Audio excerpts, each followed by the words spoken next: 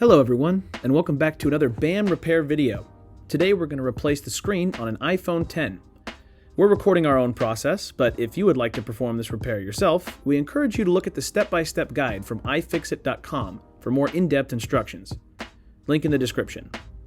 The tools we'll be using today include a P2 pentalobe screwdriver, a Y000 screwdriver, a spudger, a replacement iPhone X screen, and adhesive tabs. Now, optionally, you can also have a heat gun or a heat pad, a suction cup, liquid seals, tweezers, or small bowls or another storage item to keep screws separated. Now, before beginning, it's recommended that you discharge the battery below 25%. We then make sure that the iPhone is powered off and get started. First, we'll use our P2 pentalobe screwdriver to remove the two screws at the base of the iPhone, on either side of the lightning port. Then, using our spudger, we slowly and gently pry up the screen from its adhesive. For first-time users, it's recommended that you use a heat gun or a heat pad to loosen the adhesive. A suction cup can also be used to pull up on the glass. Keep in mind that this will remove any kind of water resistance. So if you want to replace that, make sure to get extra liquid seals to reapply. Otherwise, just keep your phone away from liquid damage. The screen is free, but we can't pull it away just yet.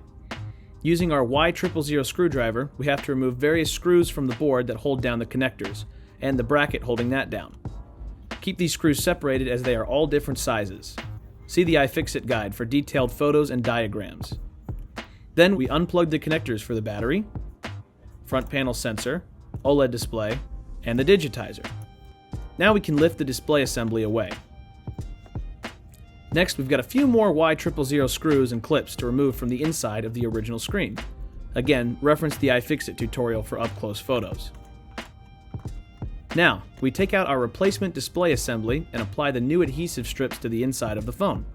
We also replace those screws and clips that we took off of the old display assembly. Then we return all of the connectors, screws, and the bracket to their place, and power on the phone first, just to make sure everything is working properly. Finally, we press the screen back down into place, working our way around to make sure all of the adhesive is attached, and return the two P2 screws by the lightning port. And we're finished! If you enjoyed this video or it helped you in any way, leave us a like and subscribe to our channel for more videos like this, and visit us online at bamliquidation.com.